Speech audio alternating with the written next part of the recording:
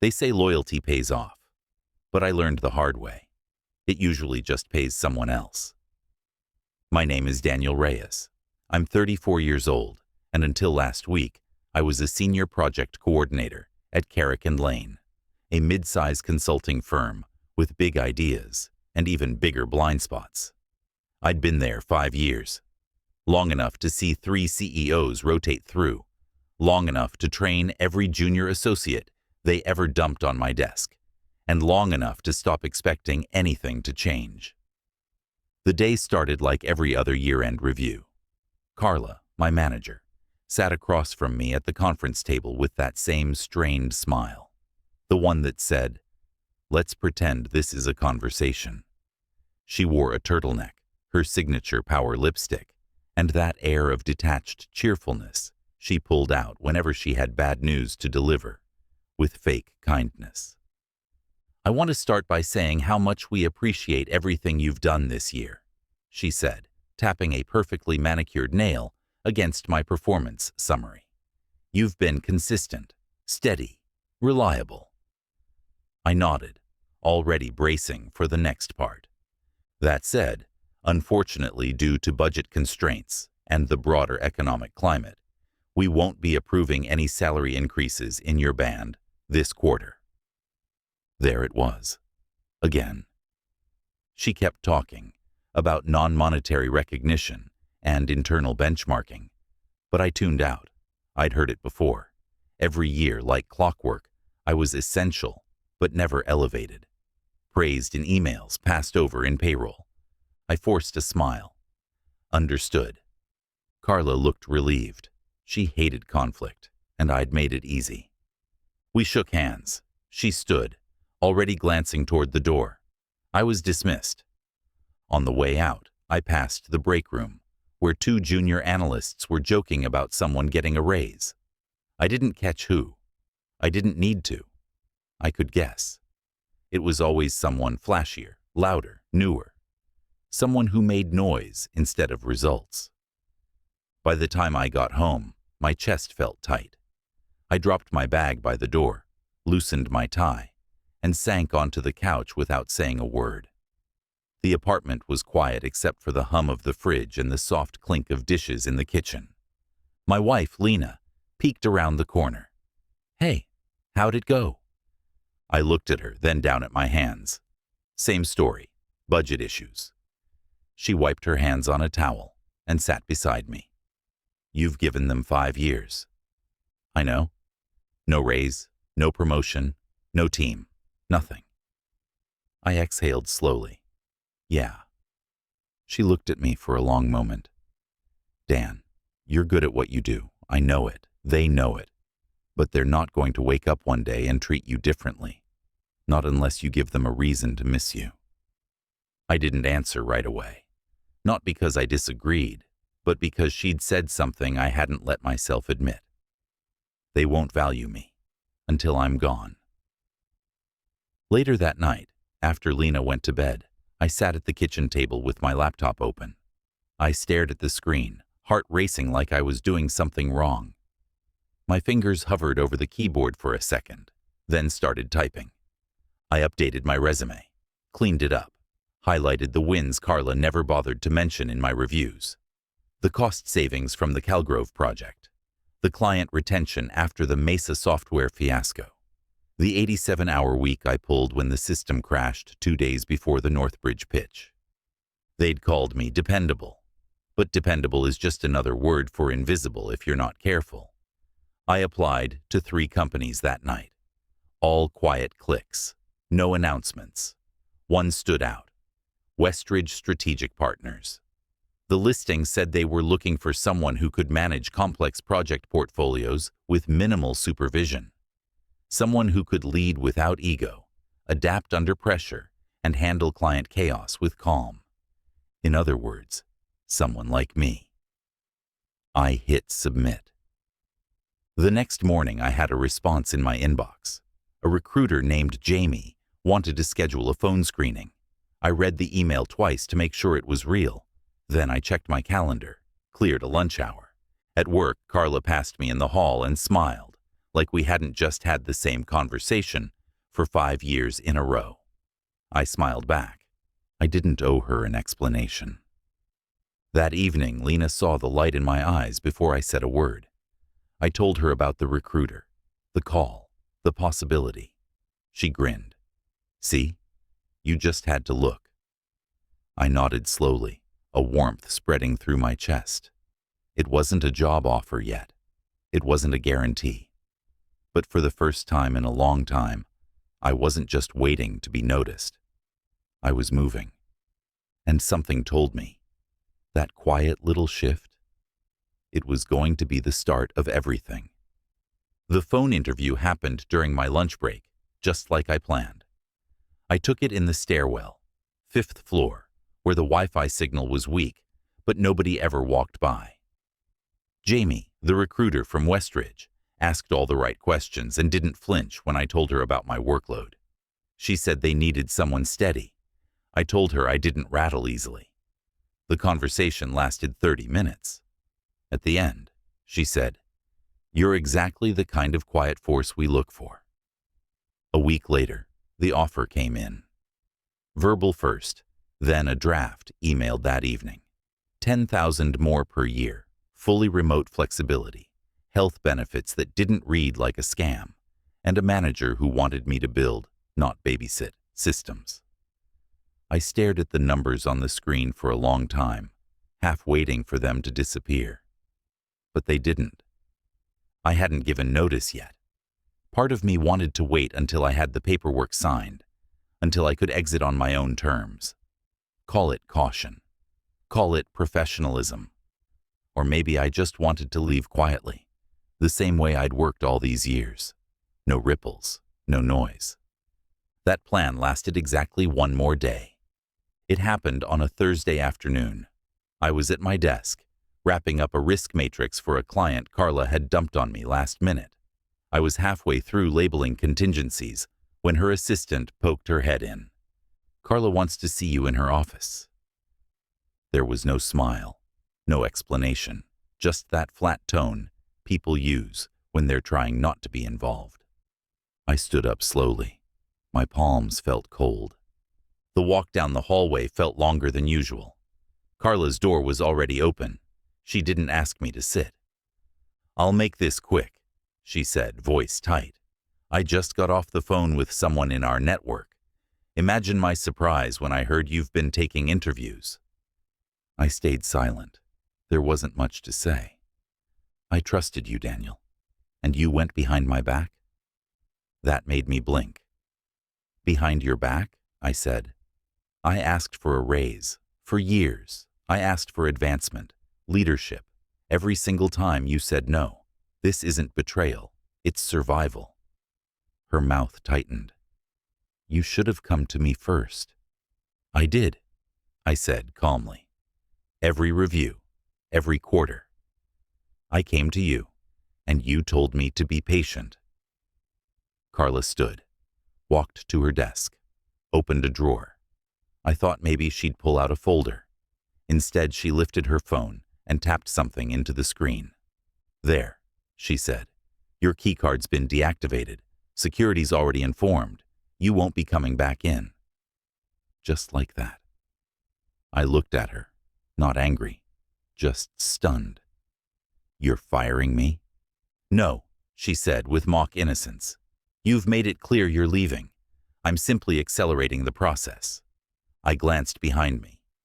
A few people in the hallway had paused, pretending not to eavesdrop, but they were listening. Everyone always listened when Carla made a scene. I nodded once. No grand gesture, no speech, just a single nod. Then I smiled. Not because I was happy, but because I knew I didn't need to carry this place with me anymore. "Good luck," I said quietly. She blinked, probably expecting me to argue, to beg, to get flustered, but I didn't give her that. I turned and walked away, one step at a time, past the faces frozen in awkward silence. Back at my desk, I grabbed my notebook, my mug, and the tiny bonsai plant Lena gave me during my second year at Carrick and Lane. I didn't even log off. Let it do it. I walked out the front doors into a gray, windless afternoon. The sky looked like brushed aluminum, flat and cold. I waited for the sting to hit, the shame, the fear. But it didn't. What I felt was weightless. I texted Lena. It happened. I'm out. Details later. She replied in seconds. Proud of you. Come home. I took the long way to the train station, cutting through the park where I used to eat lunch before everything got too busy. I sat on a bench, the wind tugging gently at my coat. 5 years, gone in an instant. No thank you, no farewell. Just a deactivated keycard and a staged moment of managerial theater. But somehow, I didn't feel like the one who'd lost. I felt like someone who'd just slipped out of a burning building, soot on my sleeves, but lungs full of air. Let Carla keep her office and her tantrums. I was already somewhere else. Mentally, emotionally, and soon professionally. She'd wanted to make an example of me. She just didn't realize what kind. 5 days after Carla deactivated my keycard, I started my new job at Westridge Strategic Partners. The difference was immediate. Onboarding wasn't a rushed slideshow in a dim conference room. It was a one-on-one session with my manager, Denise, who actually asked me how I liked to work, what hours I preferred, what tools I used, how I handled stress. I kept waiting for the catch. There wasn't one. The office buzzed with quiet energy. People moved with purpose, but no one seemed like they were sprinting on a treadmill just to look busy. At lunch, 2 team leads invited me to sit with them, just because they'd heard good things. By the end of the day, my logins worked. My name was spelled correctly on the company Slack, and I already had a small client deck to prep for review. No chaos, no passive-aggressive fire drills, just structure. That night, I sat on my couch, laptop balanced on my knees, and let out a breath I hadn't realized I'd been holding for months. Lena handed me a mug of tea and curled up beside me. She didn't say anything. She didn't have to. Then my email pinged. Not my work one, my personal Gmail. I clicked it open, expecting spam or some leftover HR message from Carrick and Lane. Instead, it was from Hannah, an old coworker. Subject line, FYI, thought you should see this. Attached was an email thread. At first, I didn't understand what I was looking at. The formatting was messy, the headers stacked like a digital nesting doll. Then I saw Carla's name. The thread had started just 3 days after I left. It was a message from Carla to the leadership team. The subject, Daniel Reyes, post-termination concerns. She wrote, given Daniel's abrupt departure and his refusal to disclose where he was going, I believe it's prudent to flag him as a potential security risk. He had access to proprietary client information. I recommend reviewing all shared files from the past quarter. Below that, she added, frankly, I'm not surprised. He was always more stable than exceptional. I tolerated his presence, but it's clear now that he was never truly committed. This kind of behavior confirms it. She went on, mocking my limited ambition, joking that I probably left for a mid-tier firm who thinks mediocrity is a strength. And, worst of all, she attached a PDF labeled Reyes Comp Summary Your 2018-2023 PDF. That was my salary history, my performance reviews, internal HR notes. I stared at the screen, jaw clenched. That wasn't office gossip. That was a serious breach. Hannah's message said only, I think she meant to forward this to someone else. It landed in my inbox. Do what you want with it. I didn't reply. Instead, I forwarded it, quietly, to Westridge's compliance team. Not because I wanted drama. I just didn't want it landing in the wrong place again. And if Carla was reckless enough to leak HR files out of spite, I didn't trust what she might do next. The next morning, Denise pulled me into her office. She looked calm, but serious. We received your forwarded email. she said. "First of all, thank you for trusting us with it. Second, we're already escalating this to legal." I blinked. I wasn't trying to stir anything up. I just didn't want to get blindsided if she tried something again. She nodded. "You did the right thing.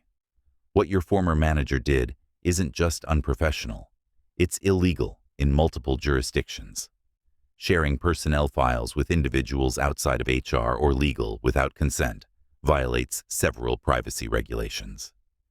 I sat in the chair, hands folded, unsure how to feel. "She painted you as a threat," Denise continued, "but what I see is someone who took abuse quietly, moved on professionally, and followed protocol. That tells me more about you than any resume ever could." Something in my chest loosened. They weren't just protecting themselves. They were protecting me. Later that day, the head of compliance sent me a formal notice. The company had filed a report with Carrick and Lane's ethics committee. Depending on their response, further legal action might follow. I didn't ask for updates. I didn't need to. All I could think about was Carla typing that email, thinking she was slandering me in secret, never realizing she'd hit forward instead of reply. Or maybe she did realize and didn't care who saw it. Either way, the damage wasn't mine to carry. Lena and I went out for dinner that night. Nothing fancy, just noodles and cold beer at a spot down the street. Halfway through the meal, she asked what was on my mind. I told her. She didn't get mad. She didn't curse Carla's name. She just smiled and said, "Funny how people tell you who they are when they think no one's watching." I smiled back. For the first time since all this began, I didn't feel like I was playing catch-up to other people's power plays. I wasn't reacting anymore. I was standing still, and the ground beneath me finally felt solid. The audit started quietly. A few emails, a scheduled call, no drama, no headlines. But I could feel it building, like a low hum in the floorboards before a storm hits. Westridge's legal team set up an internal interview with me 2 days after I forwarded Carla's email. The compliance director, Maya Raines, led the meeting. Her voice was even, her notes meticulous. She asked if I had ever signed any non-disclosure agreements at Carrick and Lane, if I had reason to believe my information had been shared prior to my departure, and whether I felt any threats had been made against me during or after my termination. I kept my answers short, calm, clear. No, I didn't sign an NDA. Yes, I saw my private salary file attached in that thread. No, I haven't heard from Carla since she shut off my keycard. Maya nodded after each response. Never flinched, never rushed, just documented everything like someone who knew how fast these things could go wrong. Before we wrapped, she said, "We've already contacted Carrick and Lane's compliance division. They've acknowledged receipt. We'll let you know what happens next." Then she added, "And for what it's worth, most people would have gone to social media first. You didn't. That speaks volumes." I thanked her and went back to my desk, where my new team was finalizing the pitch deck for a logistics client. No one whispered behind my back. No one stared. Here, I was just a guy doing his job. 3 days later, things started leaking out. It began with a Slack message from Hannah. "Carla's been temporarily suspended pending internal review. Just hit our inbox." Then Marcus, a former data analyst I hadn't heard from since I left, texted, "Heard the Queen finally slipped. Can't say I'm surprised." Another message came that night from Jay, who used to work the late shift with me on all those last-minute proposals. Carla loved to drop after 5 p.m. "We've been waiting for this day. Not gonna lie, I think you cracked the damn wall." Each one hit harder than the last, not out of satisfaction, but recognition. I'd thought I was the only one who'd been quietly boiling under Carla's thumb. Turns out I was just one of the few who made it out before the lid blew off. Lena and I were sitting on the balcony when I told her. She was sipping tea, curled up in her blanket, the city lights blinking quietly below us. They actually suspended her, I said. Not fired. Yet. But she's out, at least for now. Lena raised her eyebrows. And how do you feel? I didn't answer right away. I just looked out over the skyline. The wind was cool against my face. For so long I'd fantasized about a moment like this. Carla exposed, held accountable, finally facing the consequences she was always so certain didn't apply to her. But now that it was happening, I didn't feel giddy. I didn't want to run laps around the building or post a victory thread online. I just felt still. Strangely quiet, I finally said. Lena nodded. Sometimes justice isn't loud. The next morning, Maya from legal gave me a brief update. Carrick and Lane had confirmed the audit was active. Carla's emails had been flagged. A third-party compliance team was brought in. The phrase, legal exposure, had started showing up in the correspondence. Westridge didn't press me to participate further. They just thanked me, protected me, moved on. But even without being directly involved, I could feel the ripple spreading. I started getting connection requests on LinkedIn from people still at Carrick and Lane, people I barely knew. They sent polite messages. Saw you landed at Westridge. Congrats. Hope you're enjoying the new role. If you ever hear of openings, let me know. They weren't just networking. They were signaling. They saw what happened, and now they wanted a way out too. One message stood out. It came from Erin, a former intern who'd lasted 6 months before quitting without a word. She wrote, I always thought I was too soft for that job. Carla made me think I didn't belong in this field. But seeing how they treated you and how you landed on your feet makes me realize maybe I wasn't the problem. I reread that message 3 times. When I walked into Carrick and Lane 5 years ago, all I wanted was a fair shot. I gave them my time, my energy, my silence. I didn't complain when others got promoted faster. I didn't push back when Carla passed off her chaos as urgency. I just worked. And when I left, I thought it was the end of the story. But now I was realizing my exit had echoed, not loudly, but deep. I didn't need Carla to be ruined. I didn't need to see her walk out with a box in her arms. What I needed, what I never expected, was to hear from the people who'd stayed behind, to realize that by stepping out, I'd lit a path behind me. Not for vengeance, for escape, for clarity, for something better. And that, more than anything, made it all worth it. 3 weeks after the audit, I got promoted. It wasn't dramatic. No big meeting, no champagne. Just a calendar invite from Denise, titled Growth Conversation. I stepped into her office thinking it was going to be about performance feedback or maybe new clients. Instead, she slid an envelope across the table with a smile. We're moving you up to senior program lead, she said. Official next week, but your compensation update takes effect immediately. I blinked. That was fast. She nodded. You've already proven yourself. We trust your judgment, and the team follows your lead. Frankly, it's overdue. I sat back in the chair, trying to process it. No game, no vague promises, just action. And there's one more thing, she added. We've got a new analyst starting Monday, Maya. She's fresh out of grad school, strong fundamentals, but she'll need a mentor. Thought you might be the right person. Something in my chest warmed at that. I'd never had a real mentor, just managers who wanted results, not growth. Carla had micromanaged until you sank or swam. No life vest, no advice. Just that look when you messed up, like you were already disposable. I wasn't going to pass that model forward. Monday came. Maya showed up with nervous eyes and a backpack full of color-coded notebooks.